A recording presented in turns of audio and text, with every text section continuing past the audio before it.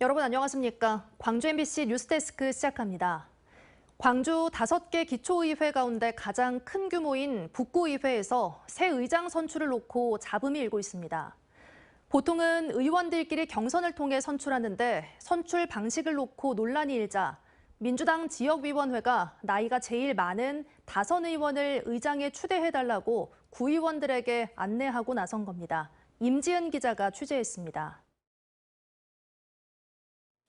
어제 오후 광주 북구의회 북구갑 지역구 소속 기초의원들에게 전달된 문자 메시지입니다. 하반기 의장단 선출과 관련해 북구갑 지역위원회 사무국장이 보낸 것인데 최다선이자 최연장자인 최무성 의원을 콕 집어 의장으로 선출해 줄 것을 요구하고 있습니다. 이번 북구갑 후반기 의장 선출에서는 민주당 소속 4명의 의원이 도전했는데 선출 방식에 대한 의원들 간 합의가 제대로 이루어지지 않자 지역위원회 사무국장이 특정 의원을 후보로 추대하게 된 겁니다. 누군가는 투표를 하자 했고 누군가는 그러니까 위임을 하자라는 정도의 내용이었고 몇 가지 소수의 의견일 수도 있지만 하여튼 그 의견들이 다 충분히 받아들여지지 않았다라고 보기 때문에 이러한 결정은 소속 지방의원들이 민주적으로 후보를 선출해야 한다는 중앙당의 지침과는 전혀 다릅니다. 중앙당 의장단 선출에 관한 지침에 따르면 선출 방법을 당론으로 결정하고 이에 따라 의원들이 민주적으로 선출하도록 규정하고 있습니다. 하지만 광주 북구갑 지역위원회는 최종 선출 방법을 표결에 붙일지 아니면 합의 추대로 할지 전원 합의에 이르지 못했습니다. 이런 상황에서 구의회 의원들의 고유 권한을 지역위원회에 맡겨버리는 것은 민주적인 선거에 어긋난다는 비판이 일고 있습니다. 몇 번 시도해가지고 안 됐다 그래서 본인들의 권한을 지역위원회에 주고 지역위원회가 의장 선거에 개입하는 구도로 하는 것은 지역 중앙당의 입장하고도 맞지도 않고요. 지금 과거로 다시 되돌아가고 있는 거예요. 특정 후보 지명 논란에 대해 해당 지역위원회 사무국장은 사실관계가 다르다고 해명했습니다. 여러분들이 자체적으로 결정을 하십시오라고 미뤘었고 그 미루는 과정에서도 계속 사무국장님이 우리들끼리는 해결이 안 되니까 결정을 해주라는 표현들이 직접 또 와서 했었고 한편 북구의회를 제외한 광주의 다른 구의회에서는 의장 선거와 관련해 지역위원회에 어떠한 개입 없이 자체적으로 선출 방법을 논의하고 있습니다. MBC 뉴스 임지은입니다.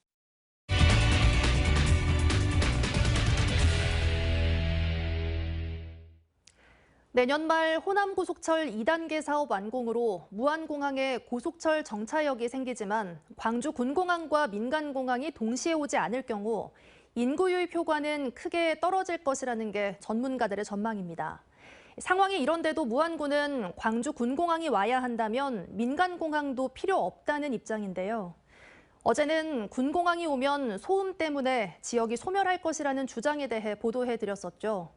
오늘은 광주 민간공항 이전과 내년 말 완공 예정인 호남고속철 2단계 사업으로 인한 인구 유입 효과를 따져보겠습니다. 주현정 기자가 한 걸음 더 들어가 집중 취재했습니다. 2007년 개항한 무안국제공항은 서남권 거점 공항을 목표로 했습니다. 당장의 잣대가 아니라 지역의 발전 가능성과 국가의 장래를 내다보면서 판단했습니다. 연간 520만 명이 이용할 수 있는 규모지만 실제 이용객은 60만 명, 최대 수용 인원의 10분의 1 수준입니다. 국내선 없이 국제선만 운항하는 태생적 한계 때문입니다. 이를 극복하고자 추진된 사업이 바로 KTX 무안국제공항역 신설입니다. 기존의 승인된 노선까지 바꿔가며 시작된 호남고속철 2단계 사업은 당장 내년 말 완공을 앞두고 있습니다. 무안공항 활주로 연장 사업도 내년까지 마무리될 예정입니다. 무엇보다도 중요한 게 이제 지금 2,600m 정도 되는 이 활주로가 한 3,160, 한 400m 정도 더 확장을 해서 이제 그 대형 항공기가 뜰 수 있는. 문제는 무안공항 시설 개선만으로 여객 수요가 늘어날 수 있느냐는 겁니다. 호남고속철 2단계 사업 확정 당시 한국교통연구원은 KTX 무안국제공항역이 문을 열면 무안공항의 한 해 이용객이 4배 이상 늘어날 것이라고 예측했습니다. 단 광주공항의 국내 노선을 모두 무안공항으로 이전하는 것을 전제로 했습니다. 광주연구원 역시 무안공항으로 광주의 군, 민간공항의 기능이 모두 옮겨갔을 때 2033년에는 520만 명, 2044년에는 1,300만 명이 이용하는 국제공항으로 성장할 것이라고 분석했습니다. 핵심은 무안공항의 KTX 이용 수요가 높아지려면 빠른 시간 안에 광주공항의 기능이 그쪽으로 일원화가 되어야 되는 거고, 그런 것들이 선결되지 않으면 무안공항에 KTX를 개통한다 하더라도 거의 수요 증가는 없다라고 볼 수 있죠. 지난 2008년 광주와 무안 국제공항을 잇는 고속도로가 개통되면서 연간 1,500억 원 이상의 물류비 절감과 일대의 땅값 상승 효과가 나타났던 것에 비춰보면 1년 반 남은 호남고속철 2단계 완공까지 풀어야 할 과제가 무엇인지 시사하는 바가 큽니다. MBC 뉴스 주현정입니다. 어젯밤 영광에서 조부모 집에 머물던 10대 손자가 화재로 숨졌습니다. 화재 당시 80대 조부모는 가까스로 집 밖으로 대피했지만 지적장애가 있는 10대 손자는 불길을 피하지 못했습니다. 할아버지와 할머니가 엄마와 아빠를 대신해 주말만 되면 장애가 있는 손주를 돌봐주던 것으로 알려져 안타까움을 더하고 있습니다. 김영창 기자의 보도입니다. 집 내부가 형체를 알아볼 수 없을 정도로 시커멓게 타버렸습니다. 소방관들이 안방과 부엌을 살피는 사이 밖에서는 다급하게 심폐소생술을 하고 있습니다. 어젯밤 8시 반쯤 영광군 홍농읍에서 80대 조부모와 10대 손자가 거주하던 1층 단독 주택에서 불이 났습니다. 이 불로 손자는 숨지고 80대 조부모는 화상을 입었습니다. 불은 40분 만에 꺼졌지만 집안에 있던 11살 손자는 심정지 상태로 발견돼 병원으로 이송됐습니다. 화재 당시 80대 할아버지와 할머니는 불길을 보고 집 밖으로 대피했지만 지적 장애가 있는 손자는 빠져나오지 못한 것으로 경찰은 파악했습니다.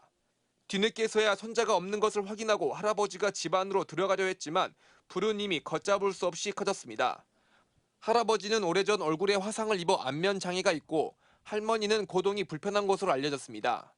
불이야 은계로 이제 119 하니까 이제 그때 이제 나는 위에서 내려와도 연기가 뽀여 나고 이제 조금 있다 또 팡 소리가 나면서 나가 보니까 유리창 있는데 이렇게 불이 빨개 있더라고.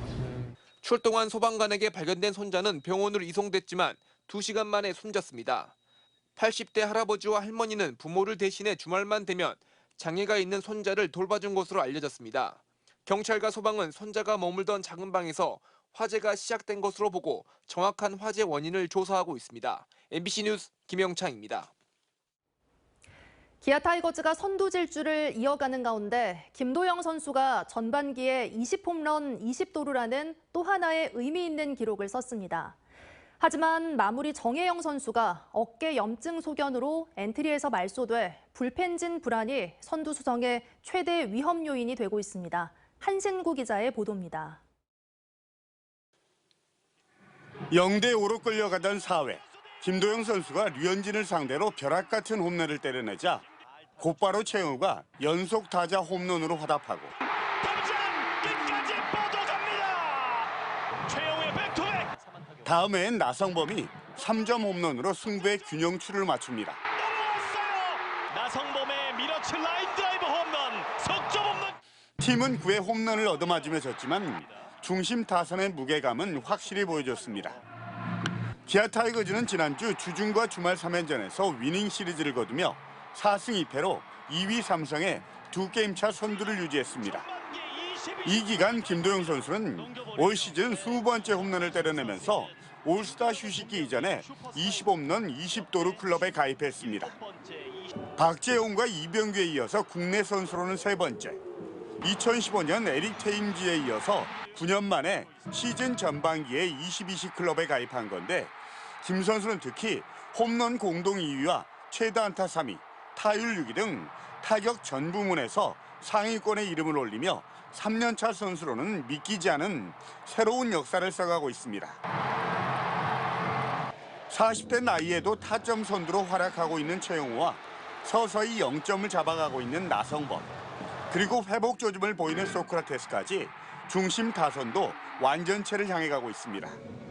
특히 이 기간 동안 대체 투수 캠 알드레드가 빠르게 안정감을 찾고 임경 선수도 알토란 같은 활약을 펼치며 선발 투수진 불안의 그림자도 지우고 있습니다.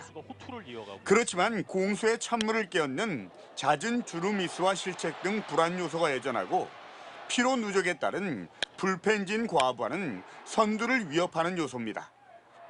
특히 올 시즌 뒷문을 단단히 지켰던 마무리 지영형이 어깨 회전근 염증 소견으로 엔트리에서 말소돼서 올스타 휴식기 이후에 복귀할 예정입니다.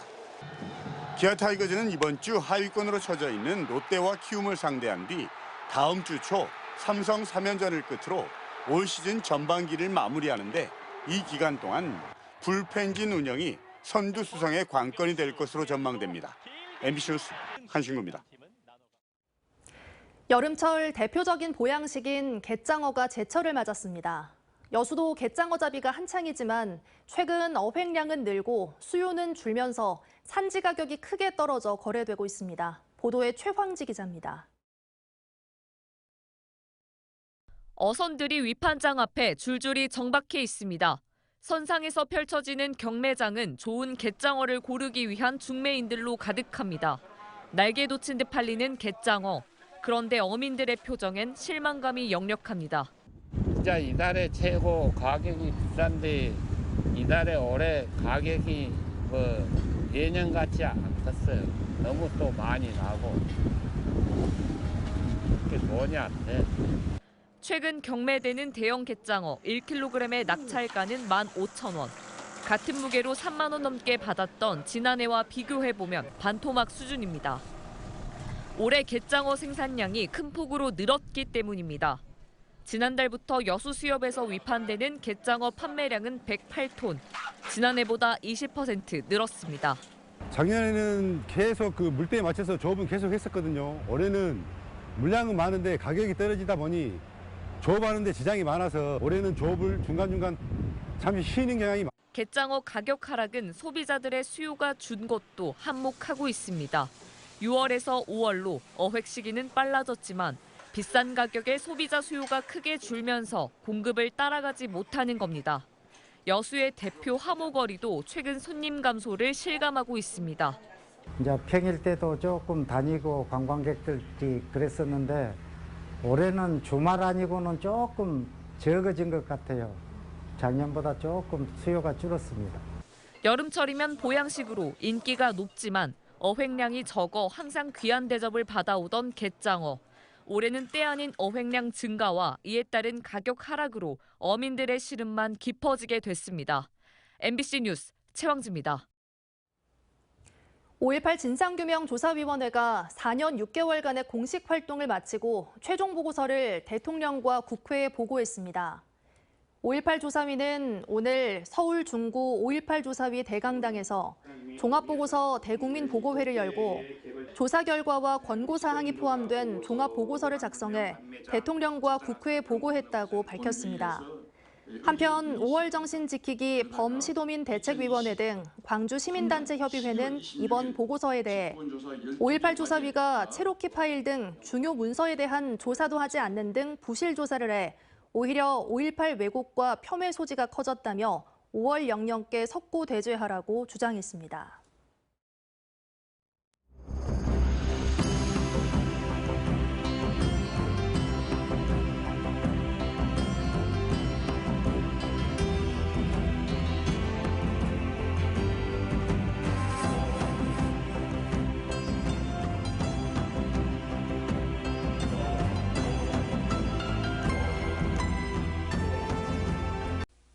언제 어디서나 내 손 안의 뉴스. 광주 MBC 뉴스 유튜브 구독으로 함께하세요.